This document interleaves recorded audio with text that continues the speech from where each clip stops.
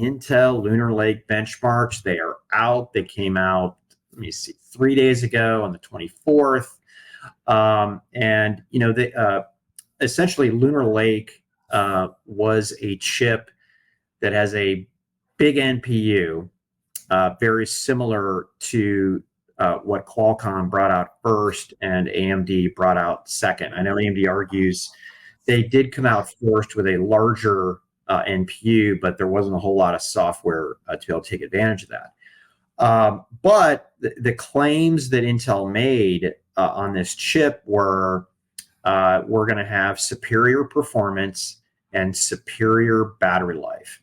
And Intel has always had good performance, but when it comes to battery life, Intel and AMD didn't do great. Also, a little fun fact, the tiles that are used in Lunar Lake are not manufactured at Intel. They're actually manufactured at TSMC. So it's on, right? You have AMD, Qualcomm, and Intel solutions now battling it out on design as opposed to foundry and fab technologies. So it's literally mano a mano. One unique architectural thing that Intel adds, they put memory onto the package, and you can do some pretty interesting stuff related to latency and lower power. So how they do. So to me, it mostly as I expected, from single-threaded CPU performance, many thread performance, MT, graphics, and battery life, and NPU. But I got to tell you, it raises a lot more questions than I have answers, because the benchmarks that I saw across 4 or 5 websites, and by the way, Signal 65 has yet to publish our tests, but they are on the way. Single-threaded CPU performance, you know, pretty good. Some tests had Qualcomm leading. PC World had Intel leading. Okay, on the same. There's only one real test, right? It comes from Signal 65. I mean, are there really other tests? There's really only one definitive test house, and that's Signal 65, as we say in jest. No, PC World had a pretty good analysis. But, you know, we had both Tom's Hardware and PC World saying different things, like who won on the same benchmark, okay? MT, many threads, I knew, I mean, you're doing 12 cores on Qualcomm versus 8 cores. And even if you have a single threaded processor that operates a lot quickly, there was just no way that Intel was going to win here. And many threads, Intel and AMD are dominant, okay, when you're using just the same time. Office productivity performance under Procyon, Intel gets the crown. One of the things that threw me was not only the benchmarks that went back and forth, even on the same test, but it was the plugged versus unplugged. I should have known this because, you know, AMD has had higher performance plugged in. You get a lot of boost out of that. But I thought with Lunar Lake, you know, starting over, that would not be the case. Qualcomm has very consistent performance when it's unplugged. And it appears that when you unplug Intel, the performance drops handily, particularly on the CPU. Most confusing part was battery life. Tom's Hardware had Qualcomm winning by 35%. Forbes on Procyon Video had Intel leading by 12%. Forbes Procyon Productivity on Forbes, they had Qualcomm winning by 9%. And that Procyon Productivity battery life was the one that Intel said they destroyed everybody on. So here's my thought. I was an OEM for almost 10 years on the PC front, and I worked at AMD for 11 years. And let me just tell you, this tells to me that this product was moved out quickly. And if you remember, Intel pulled this product in from what was likely a January launch, okay, into to hit the fourth quarter. There were only two platforms that were benchmarkable, one from Asus and one from Dell.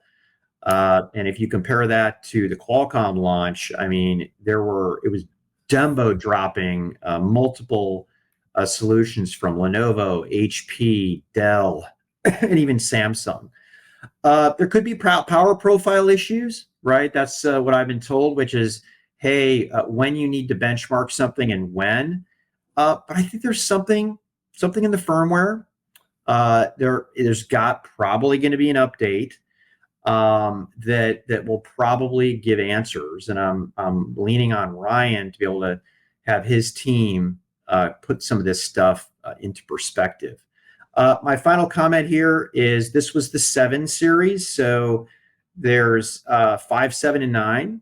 There is a 9 series coming out that is supposed to be a higher performance, and I believe that Intel staged this likely to, hey, we want to get the battery life. That's the monkey on our back. We want to get that out first, and then we'll follow through on performance with the 9 series. And I don't expect the 9 series to have as good a battery life as the 7 series. So that's it, Dan. So you covered a lot of ground, and I know we got to wrap this up. So I'll just make a couple of maybe more macro comments.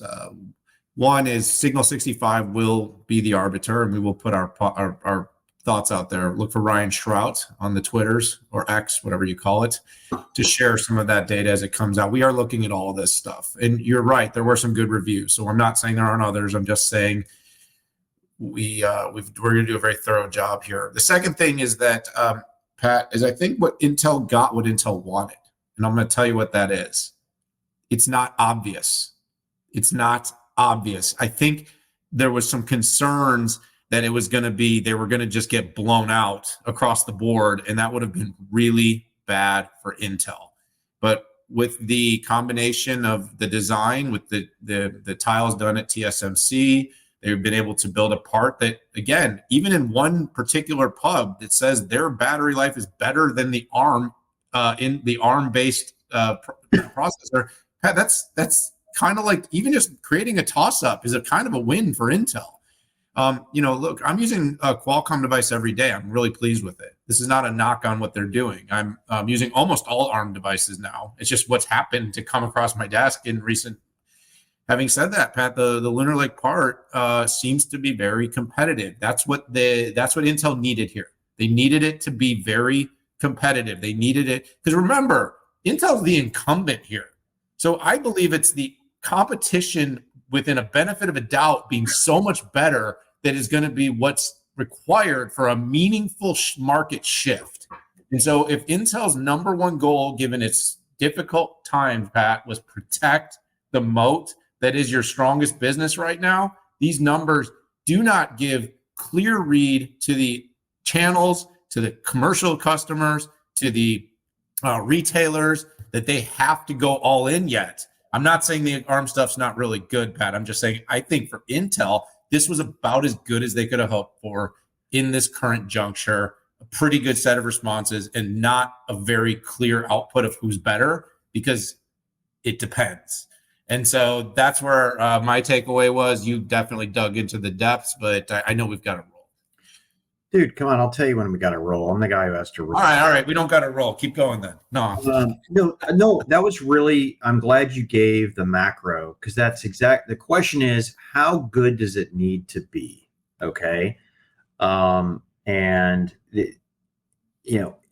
is the incumbent. It's a lot harder to switch people off Intel in enterprise because they're very conservative. They don't want to screw something up here. And if Intel gets close and even price doesn't even matter that much. And that's why AMD has had a hard time getting traction. I hear that, AMD is stepping up what they're doing in the enterprise related to marketing. I'll believe it when I see it. Qualcomm is going to have to do this as well. But yeah, people were skeptical on what Lunar Lake would deliver, and they, I think, had a showing that was better than people expected. Not losing was winning.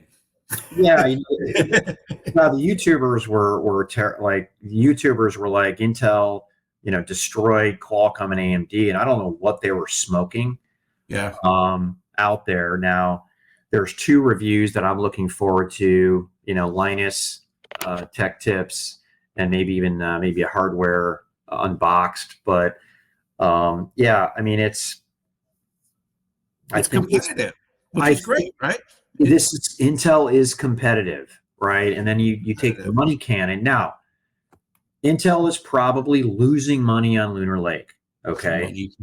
I don't know if it's like 10% gross margin or what's going on, but that is a very unprofitable product for them. It's kind of weird. Like, how can it be profitable for Qualcomm and AMD? Because Lisa Su doesn't create money-losing products. And then why is Lunar Lake so unprofitable? I've got to dive underneath that, and it could be complexity in the design. It could be the size of the dies, the tiles, or something like that. But theoretically, Intel gets healthy with Panther Lake, which is the follow-on on 18A.